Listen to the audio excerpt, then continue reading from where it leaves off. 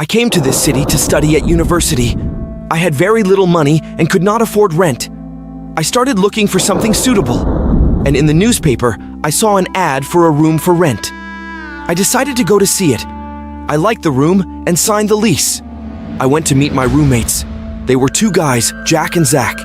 Jack was kind and looked very positive, and Zachary was very weird. He had a scary smile and laughed all the time. Zachary added me on Twitter so he wouldn't give out his phone number. The next day, Zachary tweeted that he wanted to stab all his neighbors.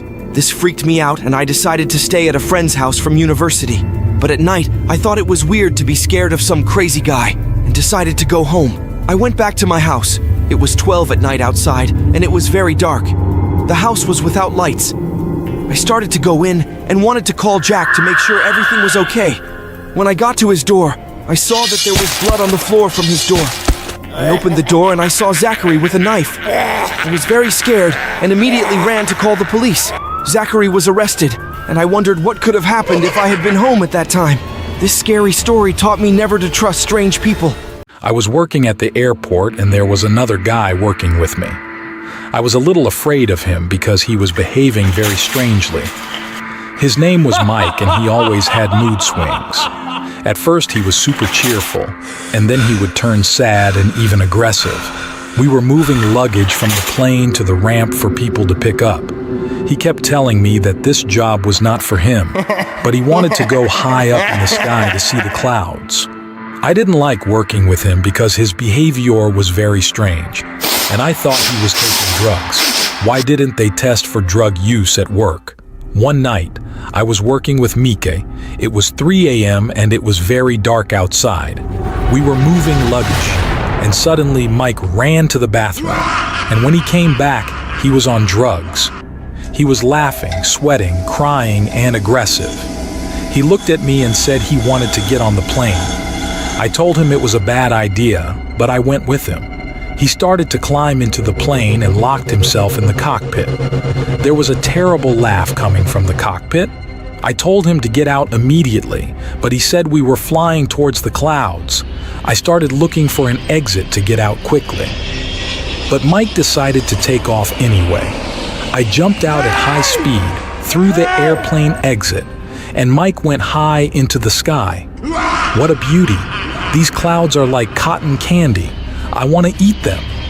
He started flying, made a circle in the sky, and the plane started falling.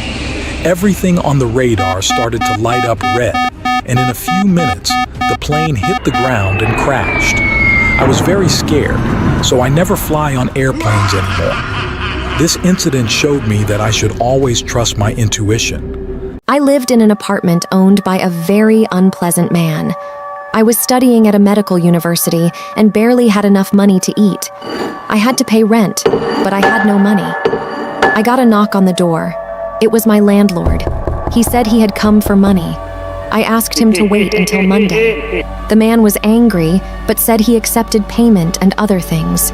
He said 5 minutes and no money needed, but I felt bad. I felt bad about his offer. I quickly closed the door and said I would pay on Monday. The man started swearing profanely and yelling nasty things at me. I decided that I had to take money somewhere, and I went to the site to put up my photos and earn some money. In 5 minutes, I had my first fan. He said he wanted to see my photos in lingerie, for which he would pay me $100. I took some pictures in the mirror and sent them. Then he told me to make a video of me paying.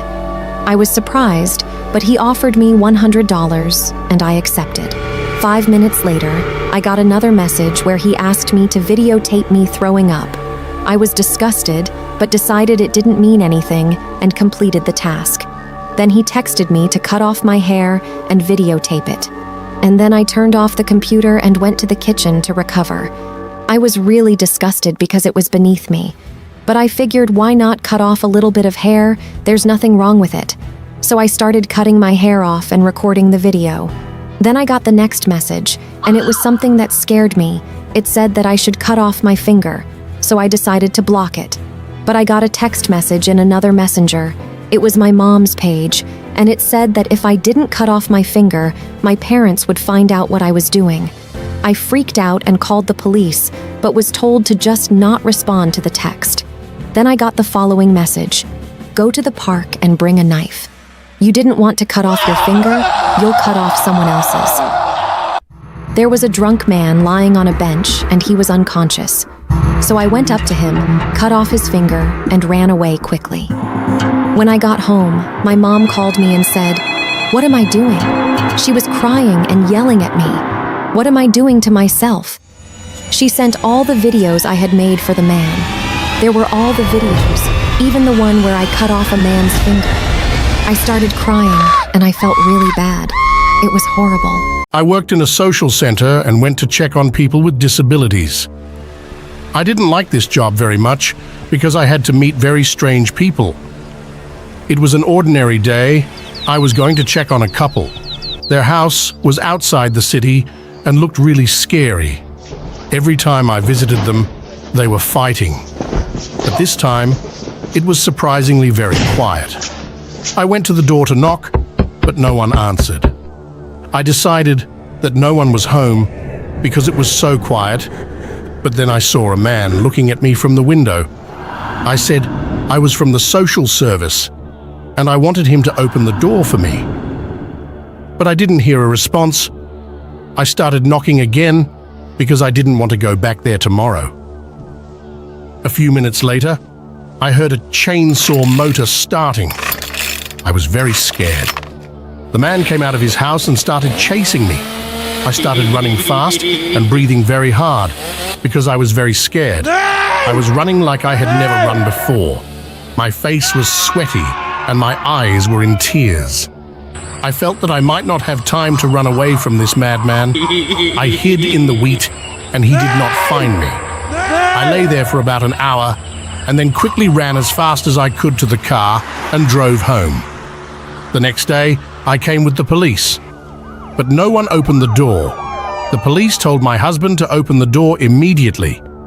But when the door opened, we saw the bloody hands of a man who looked very strange.